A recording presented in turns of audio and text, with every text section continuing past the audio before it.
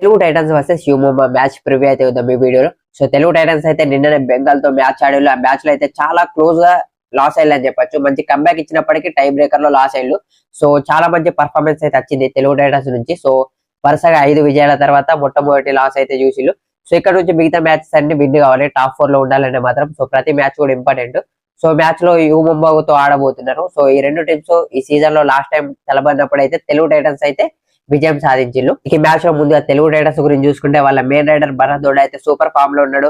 Last 2 matches లో back to back 16 plus raid points అయితే వేసిండు. అలాగే ట్యాకిల్ పాయింట్స్ కూడా మంచిగా స్కోర్ వేస్తున్నాడు అని చెప్పొచ్చు. ఆల్ రౌండ్ పర్ఫార్మెన్స్ అయితే ఇస్తుండు. సో లాస్ట్ మ్యాచ్ లో సపోర్టింగ్ రైడర్స్ నుంచి అంత సపోర్ట్ అయితే రాలేదని చెప్పొచ్చు అతనికి. విజయ్ మాలిక్ 5 రైడ్ పాయింట్స్ వేసినప్పటికీ సెకండ్ రైడర్ నుంచి ఇంకా ఎక్కువ సపోర్ట్ అయితే ఎక్స్పెక్ట్ చేస్తారు తెలుగు టైటన్స్. అలాగే చేతన్ సాహు కూడా 3 రైడ్ పాయింట్స్ అయితే వేసిండు. ఇక డిఫెన్స్ చూసుకుంటే కవర్స్ లో అవి దుహాన్ అయితే సూపర్ పర్ఫార్మెన్స్ ఇచ్చిండు. 4 ట్యాకిల్ పాయింట్ చేసిండు. కార్నర్ లో శుభం షిండే కూడా సూపర్ పర్ఫార్మెన్స్ ఇస్తుండు. లాస్ట్ మ్యాచ్ లో మేడ్ గా బ్యాక్ ఫైర్ అయింది ఏంటంటే అంకిత్ జగ్లన్ ఫెయిల్ అవ్వడం అనేది. అతని ప్లేస్ లో బ్యాకప్ గా వచ్చిన అమన్ అయితే ట్యాకిల్ పాయింట్స్ అయితే స్కోర్ చేసిండు. సో బ్యాకప్స్ కూడా బాగున్నాయి కాబట్టి పెద్ద ప్రాబ్లం అయితే లేదు. కానీ రైడింగ్ లో భరతుడాకి ఎక్కువ సపోర్ట్ అయితే రావాలి. కెప్టెన్ విజయ్ మాలిక్ అయితే ఇంకా ఎక్కువ పర్ఫార్మెన్స్ అయితే ఇవ్వాలి రైడింగ్ లో. ఇప్పుడు యూముంబా గురించి చూసుకుంటే వాళ్ళు కూడా లాస్ట్ మ్యాచ్ యూపీ మార్జిన్ తో అయితే లాస్ అయి వస్తున్నారు. వాళ్ళ main raider Ajit Chauhan back వచ్చినప్పటికీ అంత ఫ్లో లో లేడని చెప్పొచ్చు. లాస్ట్ మ్యాచ్ లో కూడా కేవలం 5 రైడ్ పాయింట్స్ మాత్రమే వేసిండు. సందీప్ కొంతవరకు ప్రయత్నిస్తున్నా కానీ సరిపోవడం లేదు రైడింగ్ లో. సో థర్డ్ రైడర్ అవసరం కూడా ఎంతో ఉంది వాళ్ళకి. రైడింగ్ లో చాలా ప్రాబ్లమ్స్ అయితే ఉన్నాయి యూముంబాకి.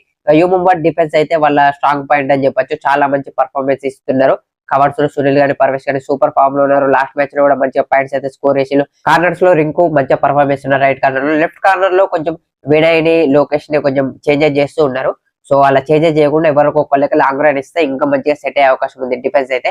ఈ మ్యాచ్ లో mostly Telugu Titans raiders versus U Mumba defence గా ఉండే అవకాశం ఉంది. సో తెలుగు టైటన్స్ రైడర్స్ అయితే సూపర్ పర్ఫార్మెన్స్ ఇవ్వాలి ఈ మ్యాచ్ లో విన్ కావాలంటే. అండ్ మెయిన్ గా యూముంబాతో అయితే క్లోజ్ మ్యాచ్ అయితే తీసుకురావద్దు. నిన్న బెంగాల్ తోని క్లోజ్ మ్యాచ్ చేసినట్టు. ఎందుకంటే అక్కడ పీకే లోనే బెస్ట్ కెప్టెన్ సునీల్ ఉన్నాడు. క్లోజ్ మ్యాచెస్ ఎలా విన్ కావాలో అతనికి చాలా బాగా తెలుసు. ఈ సీజన్ స్టార్టింగ్ లో కూడా అన్ని క్లోజ్ మ్యాచెస్ విన్ అయ్యిండు యూముంబా.